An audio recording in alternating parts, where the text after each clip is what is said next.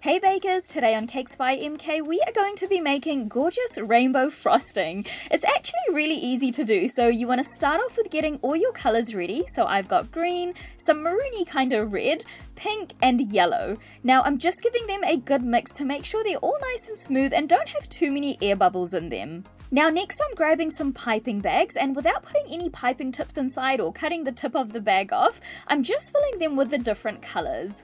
Once you're done getting your frosting in there, give it a little shake and then twist the top and set it aside. Now I'm just doing the exact same thing with the rest of my colors, so just filling them into piping bags and setting them aside.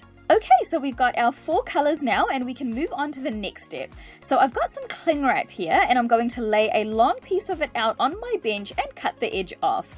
Try and keep it as straight as possible without it kind of bunching up and sticking to itself. Now once that's done, I'm going to go ahead and grab my piping bags and start cutting off the tips. You don't want the hole to be too small but not too big either. So I'm just testing mine here to see if my hole is big enough, but I felt it was a little small, so I just cut a little more off the tip and then did the exact same thing with the rest of my piping bags. Now once that's done, it's time to start putting these colors together. So I'm starting off with my yellow and I'm going to pipe a straight line onto my cling wrap. Once that's done, I'm piping my next color, which is pink, in a straight line right next to my yellow. And then I'm basically just doing the same thing with my other 2 colors.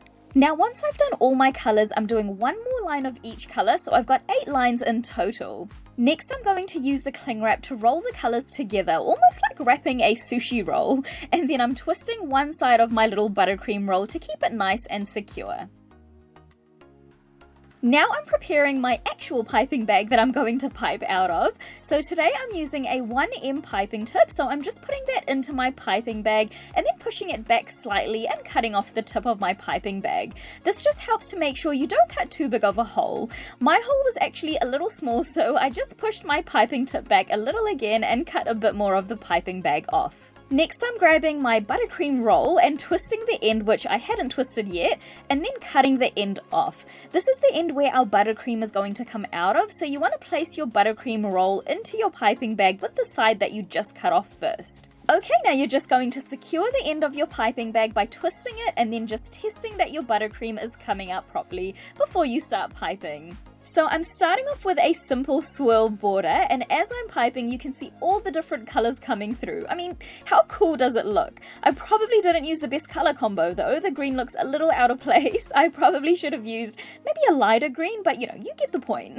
So I've just done some cute cupcake swirls too, some high swirls, and then some cute little rosettes. If you guys enjoyed this video, please give it a thumbs up below and subscribe, and I'll see you in the next one.